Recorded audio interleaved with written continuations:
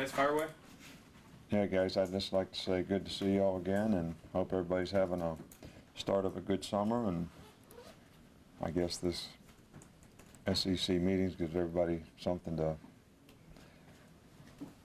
collaborate about. Nick, do you think there's a way to allow players that declare early for the draft and don't get drafted to return to the school? Easy job.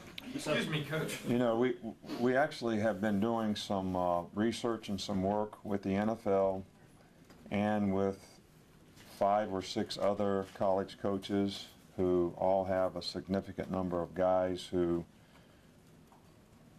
basically are declaring for the draft. Or so we've all kind of put our heads together and tried to figure out what's the best way. And if you look at the basketball model, which does allow guys to go work out, don't hire an agent, stay enrolled in school, go to these camps or whatever they have, and then decide in May whether they want to come back to school or not. I think because of numbers, I think we're all in agreement, NFL and college guys, that would really be hard for us. Because first of all, you'd probably have twice as many guys want to see where they're going to get drafted, so you'd have twice as many guys who would probably end up missing spring practice. You wouldn't know until May what your numbers were on the 85, whether you're going to have 6 guys leave, 2 guys leave, 10 guys leave. So how would you manage? So one year you might have 75 guys on scholarship, the next year you might have 80. So that would be a difficult management for us. But what this committee of people, along with some NFL people, have come up with that we were going to discuss here, which we haven't really had the opportunity to discuss yet, is the issue for us and for them is they don't have enough information when they give out junior grades in December to really make accurate grades. And there's some statistical information that's out there that there's been 5 or 6 guys 2 years in a row that were given come back to school grades that actually got drafted in the first round. And then there were a significant number of players who got first round or second round grades who never got drafted till the 4th round or the 7th round. And if you ask the NFL, well, how can we maintain trust with our players when you're giving us inaccurate information? Their response is we don't know enough about the guys to really give you the information, because all we can go on is film evaluation. And that's why we have a combine, that's why we have all these other things. So one of the suggestions that we sort of came up with is that maybe after spring practice or sometime thereabouts, maybe we have sort of a junior day, so to speak, just like we do in recruiting. And this idea sort of came from what we used to deal with. 10 years ago, we were trying to get seniors to come to our camp to evaluate them going into their senior year as to whether we would recruit them or not. Now, that decision has already been made in 90% of the cases, and we're trying to get guys that are going to be juniors to come to our camp, because this whole recruiting process has been accelerated for all of us. So taking the same theory is, okay, a guy goes through spring practice, and after spring practice at some point in time we have sort of a junior day where they come in and they have a combine and they send their scouts and they time all the guys and do the shuttle and get all the information that they need on them. And okay, here's the guys that you should look at through the junior year, and when you come in and watch practice on our seniors this whole season, you watch these guys too. But we want accurate information when that's all said and done in December. And I think that all the college coaches were in agreement that it would be much better for us if a guy could not receive his grade until he finished playing. Like, if you talk to Dabo, he's sitting there talking to 6 guys, and I'm talking to 6 or 7 guys that all got grades from a junior committee, and we're getting ready to play the national championship game. I mean, you'd like for the guys to be able to stay focused on what they're doing for their team. So if a guy gets finished playing on December 4th, he can get his draft grade. If he doesn't get finished playing until January 12th, then You know, he doesn't get it till the next day, and then they have a 7-day period from the last college football game before a guy has to just say whether he's coming out or not. So that's not all the details, but that's, you know, sort of the overview of what might be better to give better information to players for the players' sake, so they can make good decisions about whether they stay in school or come out. And maybe that's an alternative that somebody could buy into. Nick, so the junior combine would be after spring practice? Well, it wouldn't be a combine, you just have a junior day on your campus. Right. Where they can send their scouts in just like we have a pro day for the seniors. And on that pro day, the upcoming seniors all run and they work them out too. But there's no day where they can do the upcoming juniors or draft eligible players. So you allow them to do that. They get the background and they get all the information on those guys. So the 5 or 6 guys that are the guys that are have a legitimate chance on your team,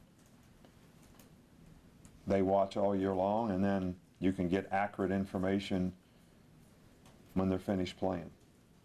It's a better opportunity to make a better decision. Signing class, everybody is enrolled with the class starting out? No, we have a couple guys that are there but have to get their final grades. Another guy that's not getting out of school until tomorrow. We have one guy who has not qualified yet. We'll give you that information when it's finalized. Nick, how hard is it when you recruit somebody to get the truth about a kid's character or whatever background? Because everybody around that kid wants him to succeed and get a scholarship. A lot of times they may not tell you the total truth about him, and something will happen. How much can you do without bringing up a background check on a kid? Well, I think we do the best we can.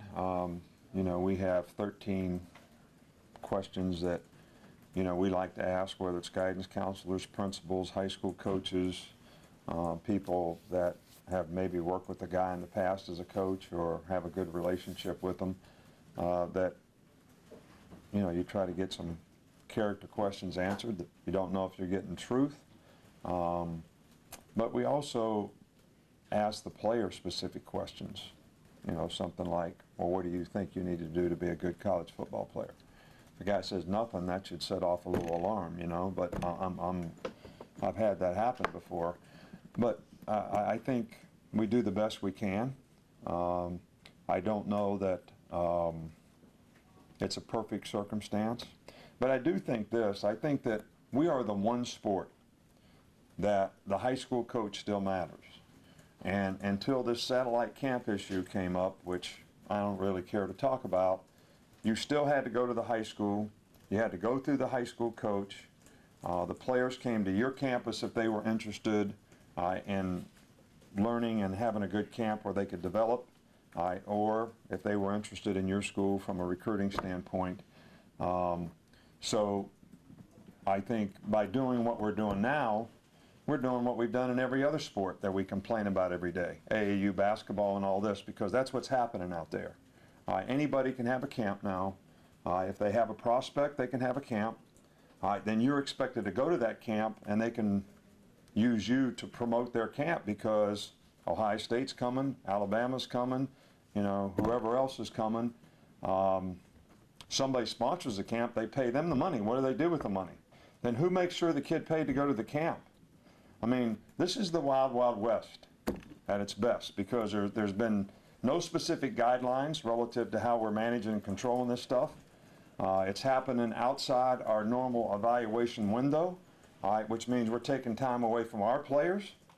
You know, our players come back to school today. All right, so we start working and making sure that our players are doing the right things. You know, with our strength and conditioning coaches, with our academic people, with the limited number of meetings that we're allowed to have with them. Now, we're not going to be there because we're going to be going someplace else to look at some other guy. And how much does it really benefit a major program like you to go to the satellite camp? Benefit? I don't know how much it benefits anybody. Yeah. All right, because all the people that say this is creating opportunities for kids, this is all about recruiting. That's what it's about. All right, so anybody that tells you that, And what's amazing to me is somebody didn't stand up and say, here's going to be the unintended consequences of what you all are doing.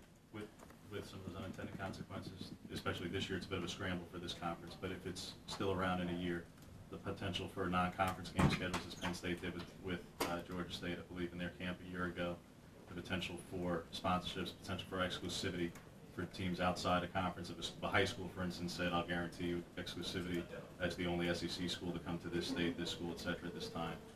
Are those things that were brought up before, and frankly, are they bad things? As concerning as they are, for the high school, if they're able to get more money, is that really a concern? Is that a bad thing if they're able to get more funds by doing this? Well, I think they could do more, get more funds without using us. Every high school can have their own camp. Why do they have to use us? We want to have our own camp. We want people to come to our campus. All right, and it's not just about recruiting. You know, we have a little camp for little kids. I get 1,200 kids. I had to stop it at that because we're trying to promote our game and develop players. And we still coach the 600 guys that come to our camps. We have 2 of them. We coach them just like we coach our players to try to help develop them. Now, we do have prospects in those camps, and we do see how they do, but that's not what the camp's for, not from our standpoint. What's your position? All right, so why should we be promoting somebody else's camp anywhere?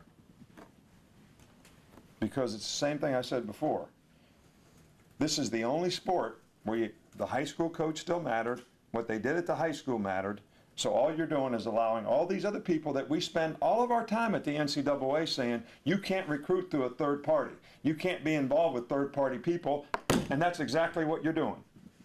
Creating all these third parties that's going to get involved with the prospects and all that. And then who gets exposed on that? I go to a camp, and I'm talking to some guy I don't know from Adam's House Cat, and he's representing some kid because he put the camp on. And then I'm in trouble for talking to this guy? And who even knows if the guy paid to go to the camp? Is the NCAA going to do that? I mean, we do that at our camp. We have people responsible for that. They're called compliance folks. What kind of compliance people do we have at these camps? Couple more. Would your position be different if you were still coaching in the Big Ten? In other words, do you blame Jim Harbaugh for wanting to get outside? I'm not blaming Jim Harbaugh. I'm not saying anything about it. I'm just saying it's bad for college football. Jim Harbaugh can do whatever he wants to do. I'm not saying anything bad about him if he thinks that's what's best.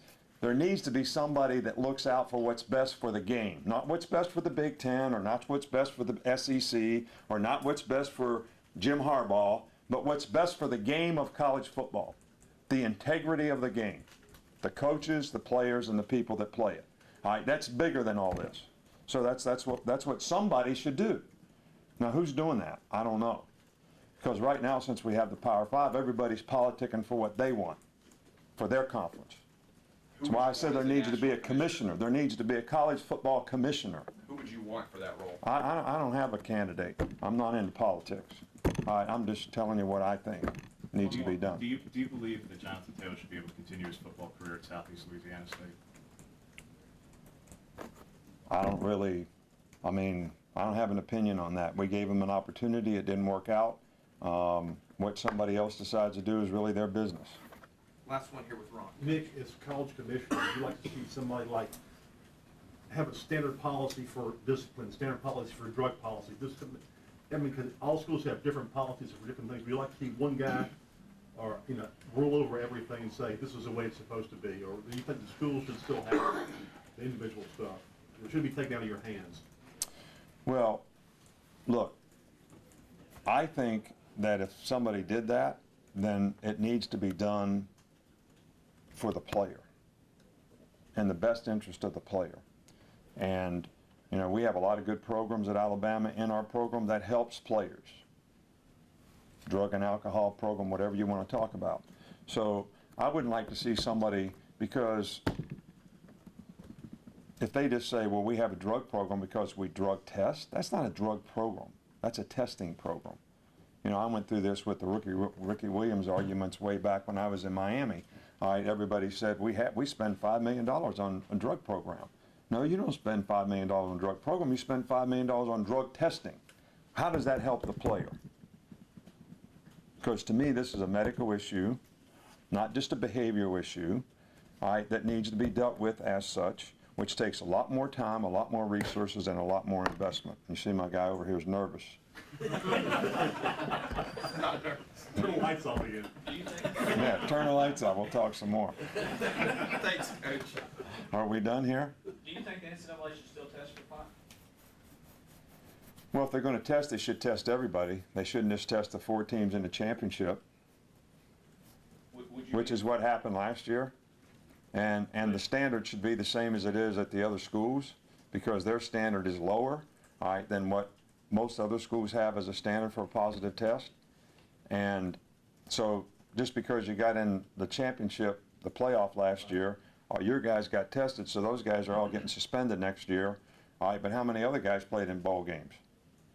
It's not the same standard for everybody. Would it and- make more sense if the NCAA and the conferences and the schools said, this is a law enforcement issue, this is not an us issue? Well, I think we all have programs, all right, and I'm not opposed to, does somebody have a better way to provide medical treatment and help for players who have issues with any kind of substance abuse? But drug testing and punitive, let me ask you the question. What good does it do a guy that got tested in December, all right, to suspend him 6 games in next September? Is this changing behavior? You know, discipline is not just punishment, it's changing someone's behavior so they have a chance to have more success and have a better chance to be successful. I don't think that helps. I don't think the guy can even remember. I know I won't remember in September what happened in December of the previous year. So, but what did we do to help? Now, we do things internally in our program to help our players. So there's greater things besides just punitive action, all right, that needs to be done to resolve this issue with young people. And it may not be resolvable, but we can take steps to try to help people. And that's what I would be for. All right, guys, thanks, man. We're gonna have Avery Johnson out here in the lobby area in a couple of minutes for anyone interested.